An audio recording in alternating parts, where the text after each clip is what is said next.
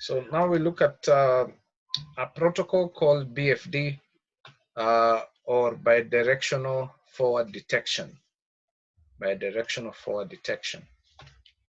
So what is this used for, and why is it needed?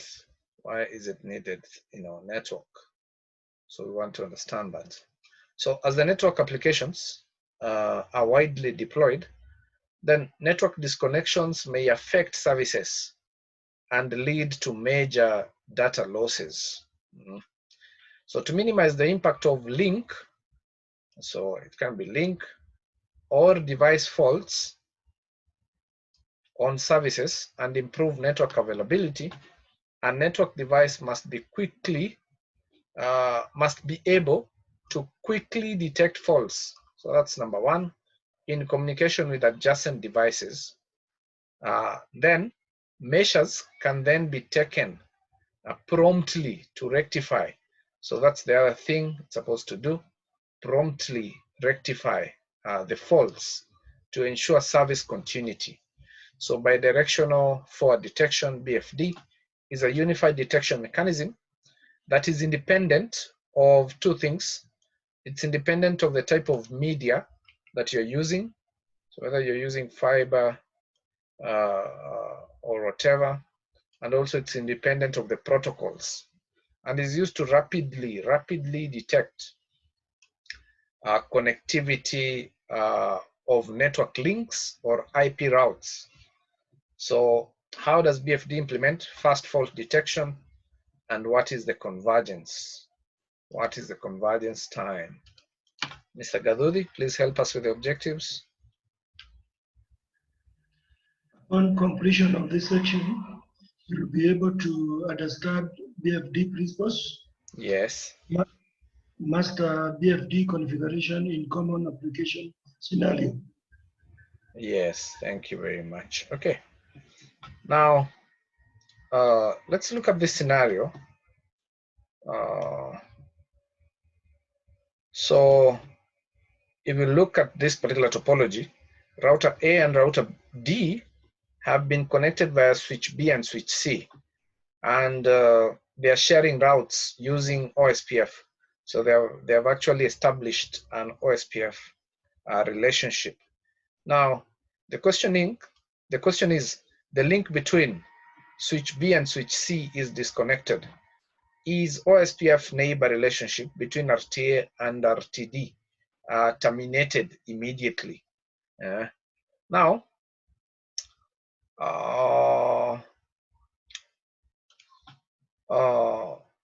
OSPF can be able to detect direct link failures.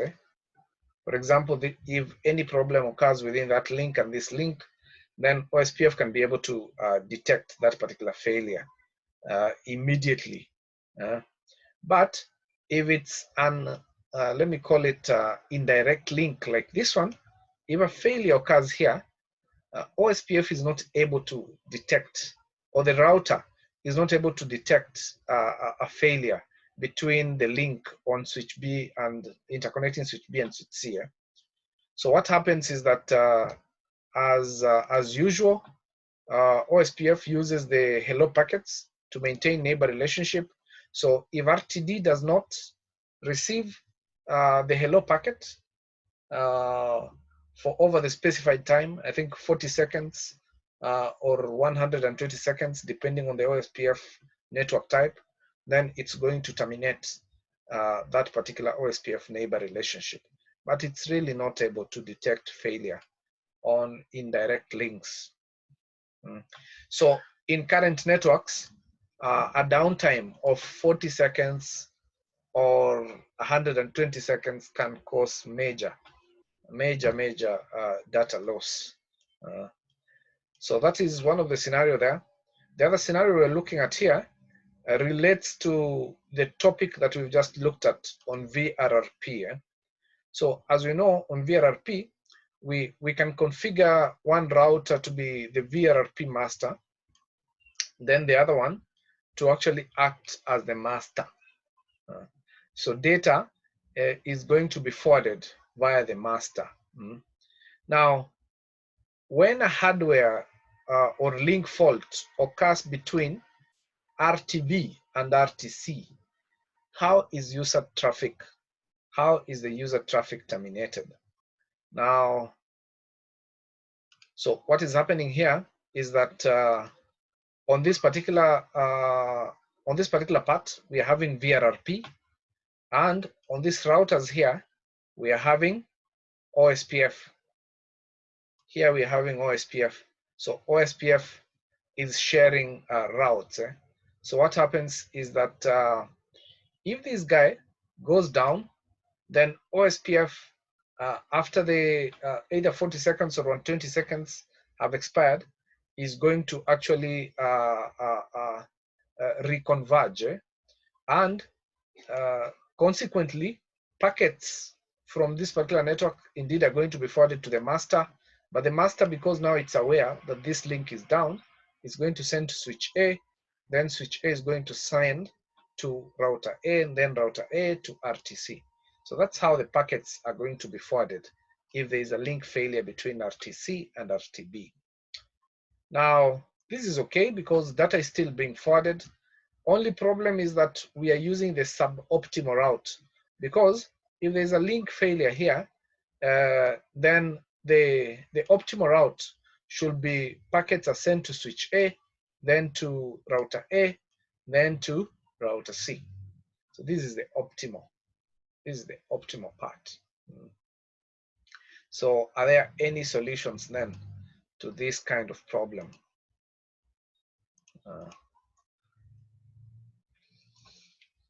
So the answer is yes, and we are going to look at BFD to understand how it works.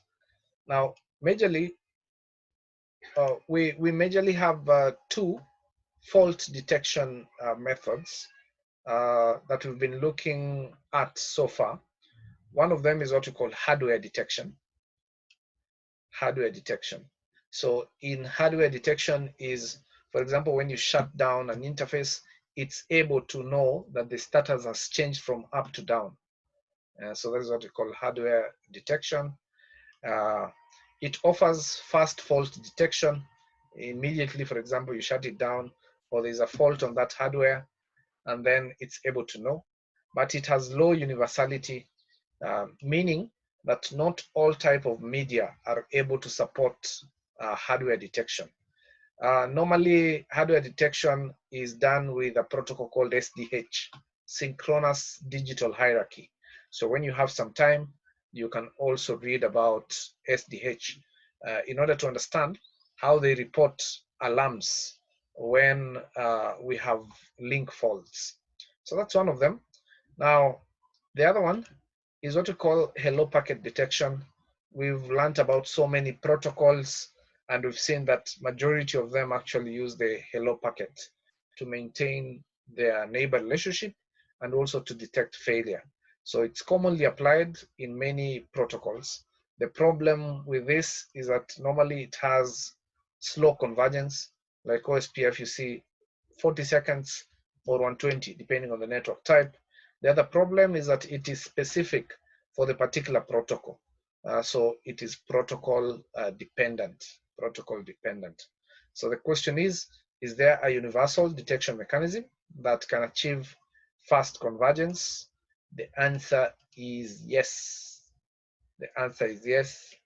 And that particular mechanism is called bidirectional forwarding detection, BFD. So what is BFD? Now, BFD is a unified detection mechanism used to rapidly detect bidirectional connectivity of network links or IP routes.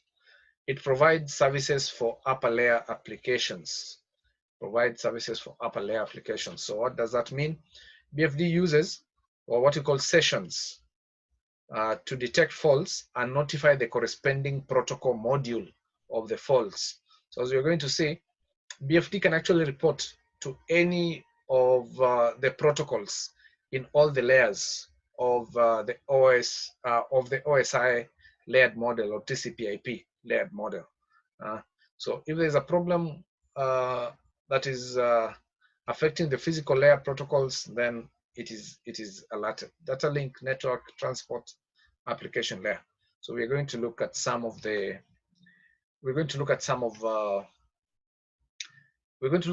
these particular examples where BFD is working with some protocols from some of these layers. Okay.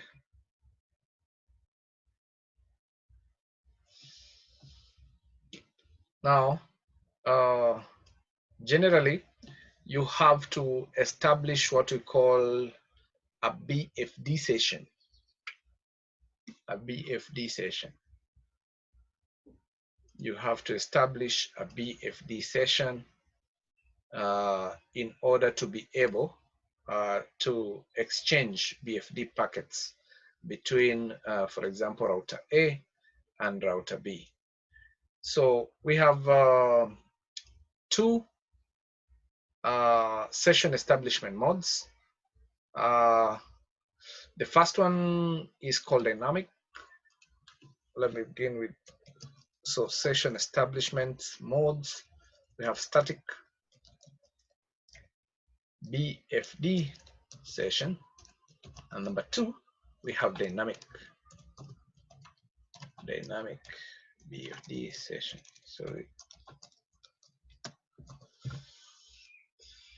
So as you might already have guessed, with static BFD session, we manually specify what we call the local discriminator and the remote discriminator. Now, the local discriminator is actually the BFD identifier, just like the router ID. So it's used to identify the local router. On the other hand, the remote discriminator is the identifier of the other router. So you see, on my end, my local discriminator is A. From router B side, that is going to be its remote discriminator. So they're simply identifiers. Now, so as I've said, with static BFD sessions, we configure this manually. We specify the remote and local. Difference with dynamic, then BFD application is able to negotiate the local and the remote discriminator. So initially, the local system is going to send a BFD control packet with a remote discriminator of 0, because I do not know your remote discriminator. So I'll auto-generate my own local discriminator, then send you a control packet with a remote discriminator of 0. So when you receive it, first of all, you're going to learn my own identifier or discriminator. Then you also auto-generate one and share it with me. So really, that is what happens when it comes to session establishment. Okay, and then detection mechanism.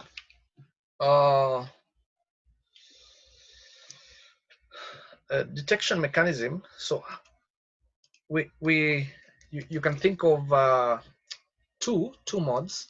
So one of them is called synchronous.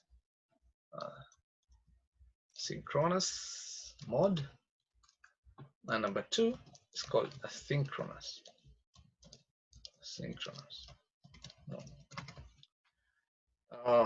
So what's the difference between these two detection modes? As you can see, when you configure a BFD session between router A and router B, they are going to be periodically sending what we call BFD control packets. So they're going to be exchanging this. Now, if one system does not receive the BFD control packet within a specified period, then the system will consider that a fault has occurred on the path. So if I don't receive, for example, within 10 milliseconds, or within 100 milliseconds, or within 1 second, then I'll consider there's a problem, and therefore I will report that particular problem. Now, when that happens, we are using what we call the synchronous detection mode. Synchronous detection mode, where we are waiting for a specified period of time to expire before we make the decision to report that the link is down. Now, difference with asynchronous mode is that here you configure the systems so that if they don't receive, for example, 3 packets consecutively, then the system is going to consider that the BFD session is down. So with asynchronous, you are configuring not the time, but really the number of BFD sessions. So for example, if they are sent at intervals of 100 milliseconds, if you don't receive 3 times, that will be 300 milliseconds. So if you don't receive 3 times, then you report the problem. So those are the 2 detection modes, synchronous and asynchronous. Synchronous uses time, asynchronous uses the number of packets. If you don't receive a certain number of packets, then you report. Now, the session establishment mode transits through the following states: init, down. So this is when you've not configured BFD on routers.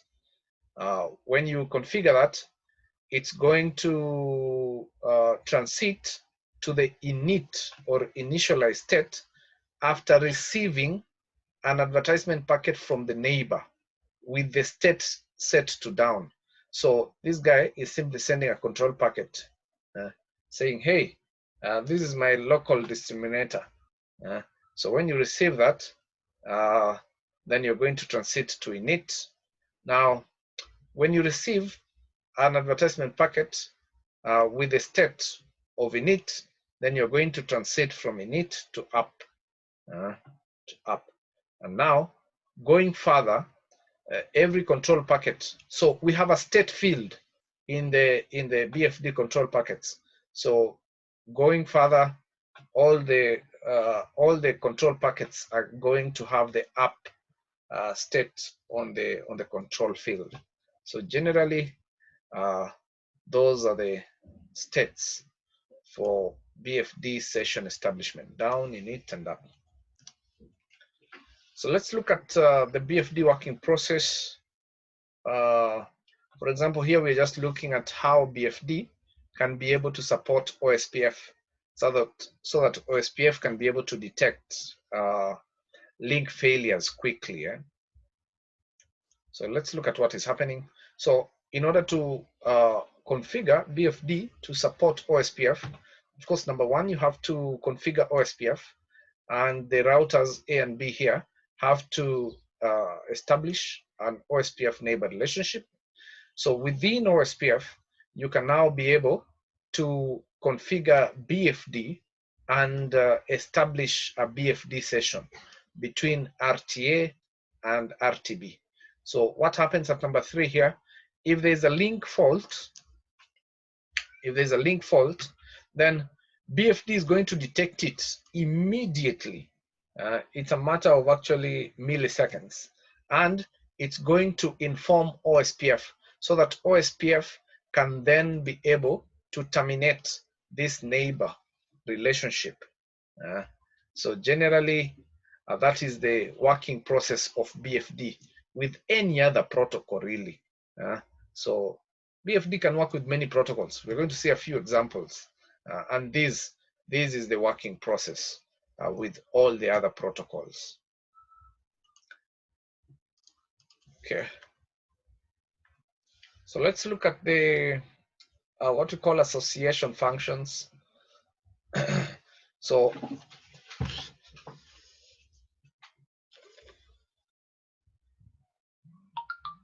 So we have what we call the detection module. Sorry. We have what we call the detection module. So the detection module really is actually BFD. It's actually BFD. Now, the detection module is responsible for monitoring the link status, so that if the link goes down, it's able to know.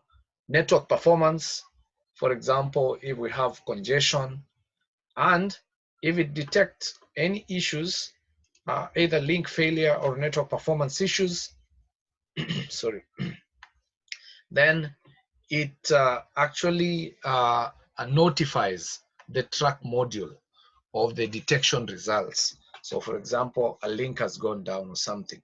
So it's going to inform the track module. The track module will then change the status of the particular track item and go forward to inform the application module. So the application module can be any protocol on any of the layers. It can be any protocol on any of the layers of the TCP/IP layered model, and when the application module is notified by the track module, then it's going to take a particular action.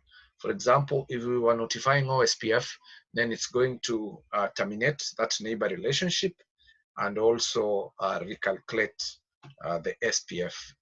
So that is how this is done. So it's achieved really through the detection module, the track module, and the application module.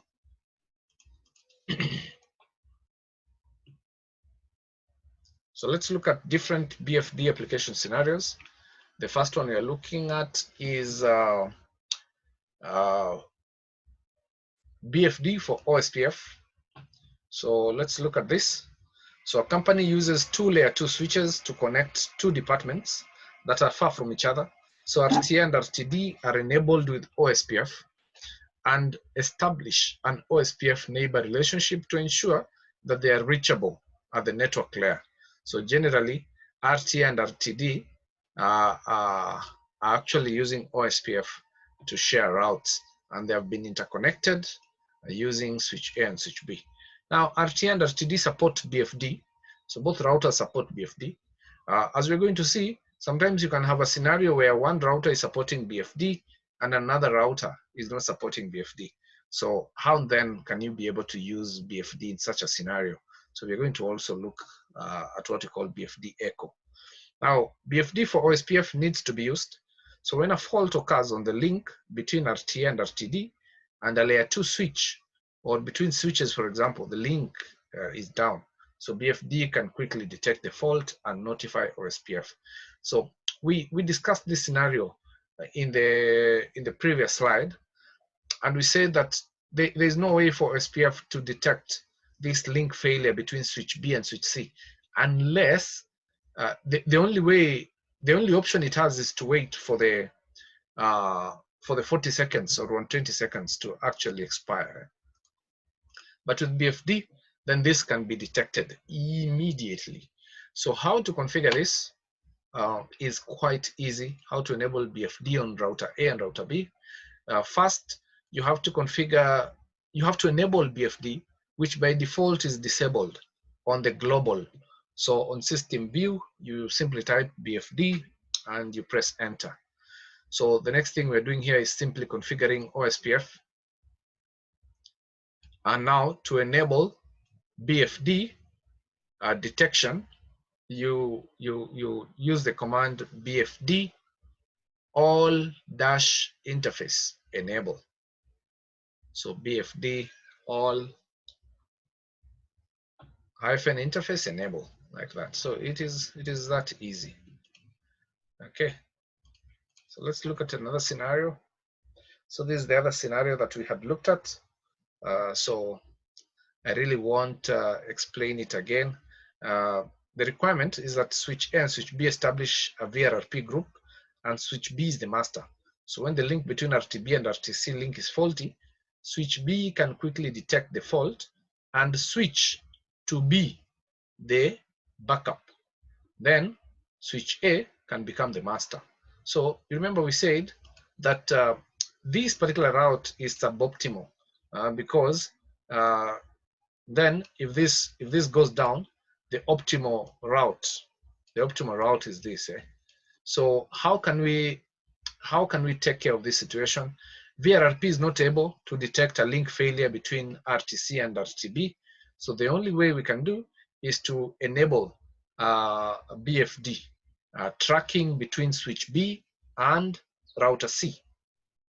So when we do that, when a link failure occurs here, then this guy becomes the backup. How can this guy become the backup? We can reduce the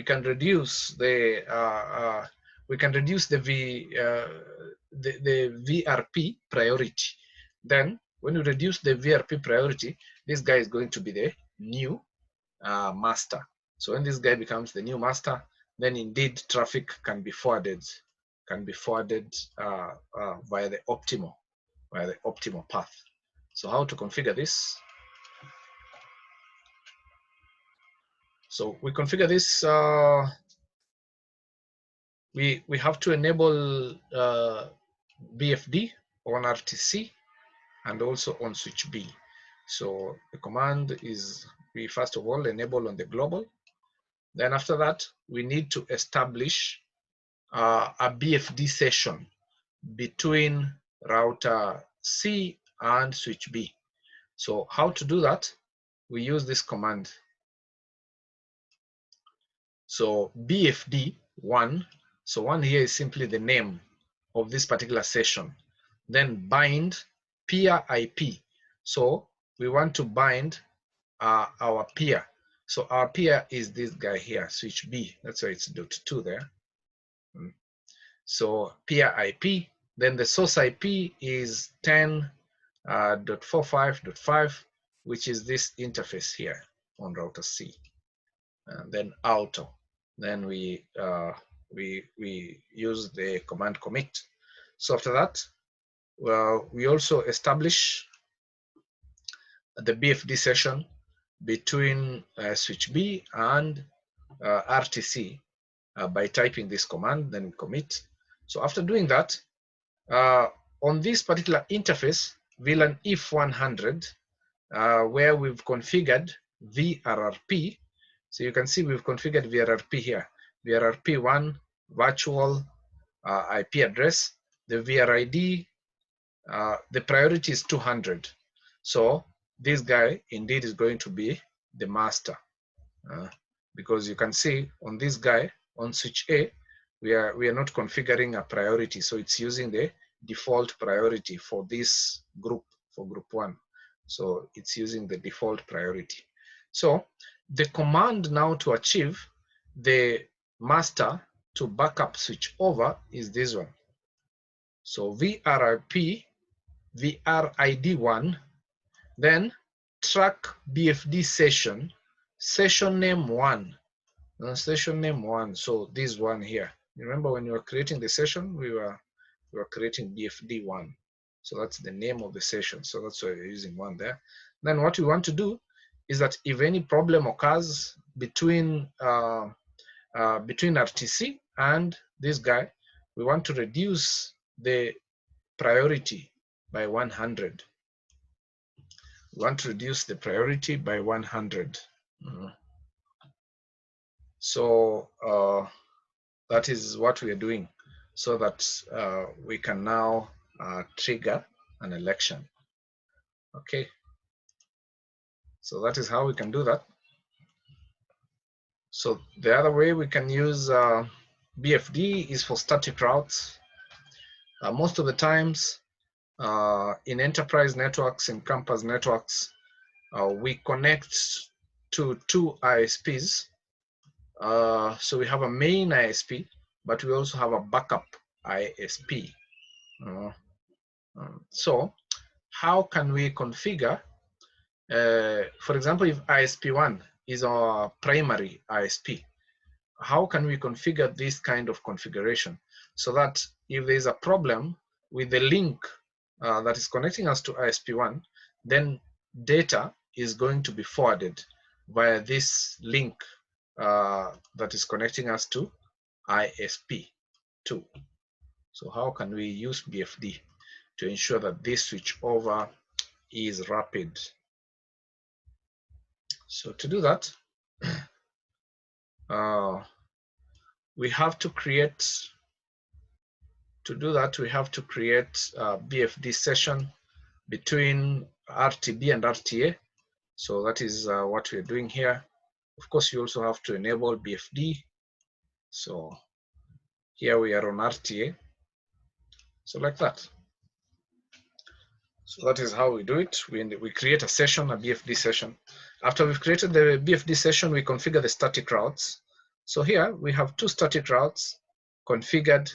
So one static route is 13 that connects us to ISP2. The other static route is 12 that connects us to ISP1. To ensure that this route is the backup route, we increase its preference. We know that on Huawei devices, static routes by default have a preference value of 60. So we use preference 100 so that this guy can act as backup because it has a higher preference. So that route is not going to be added to the routing table. Now, in order to enable tracking of this particular link to ISP1, just in front of the static route that we are configuring here that is linking us to ISP1, we use the command track BFD-session 1. So we are simply tracking BFD session 1, which we've just created here, which is the BFD session between RTA and RTB. So when you do this, then in case this link goes down, then this guy is simply disabled, and this guy becomes is added actually to the routing table. So that is how we can be able to enable that.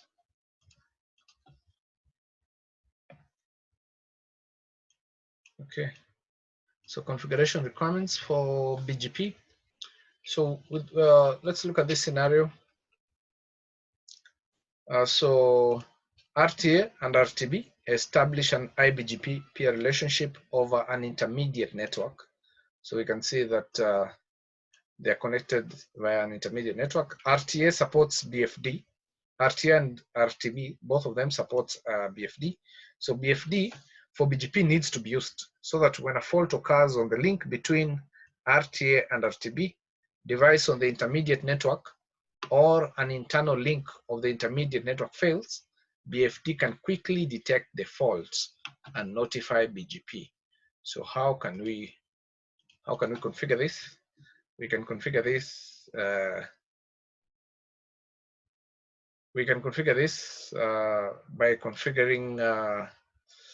By enabling BFD on the global. Then when we create a peering, the BGP peering between the 2 devices, we can use the command peer, the IP address of the peer, and then after that we use the command BFD enable. BFD enable. BFD enable. Here, as you can see, there's a command. If you want to see the BFD sessions, what is happening with my mouse? Okay.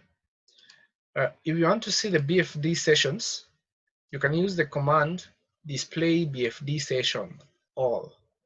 When you do that, you can be able to see the local discriminator, the remote discriminator, the peer IP address, the state of that particular BFD session, etc, etc. So here we've already established the session, so the session has to be working.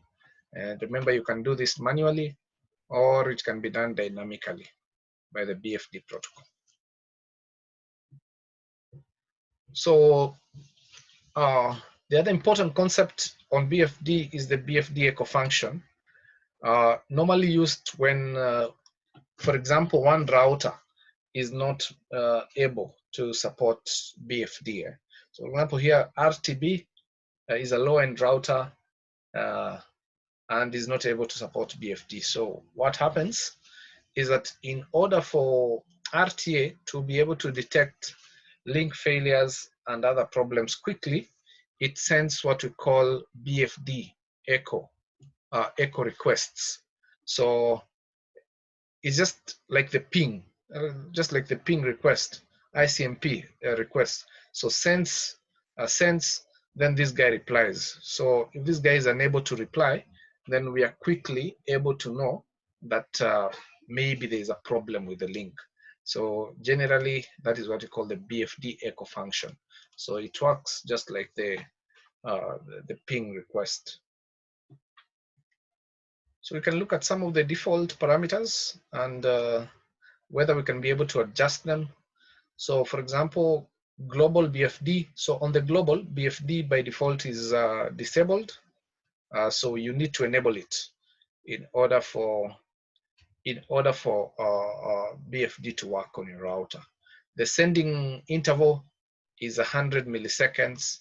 This can be adjusted as needed. 1,000 milliseconds. So receiving interval, also 1,000. Local detection multiplier 3. You're advised to retain the default value. Wait to restore.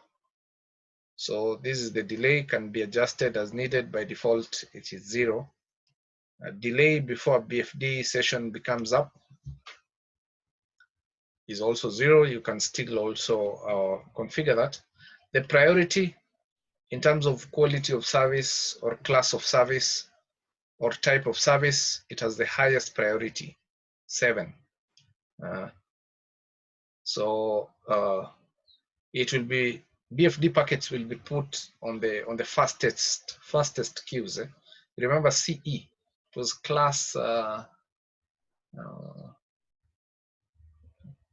I'm forgetting. It was class something. So these you're advised to retain the value so that BFD packets can be forwarded with the highest priority, and thereby be able to detect and report problems quickly. So that is the end of this chapter. Thank you very much for your patience. Any questions?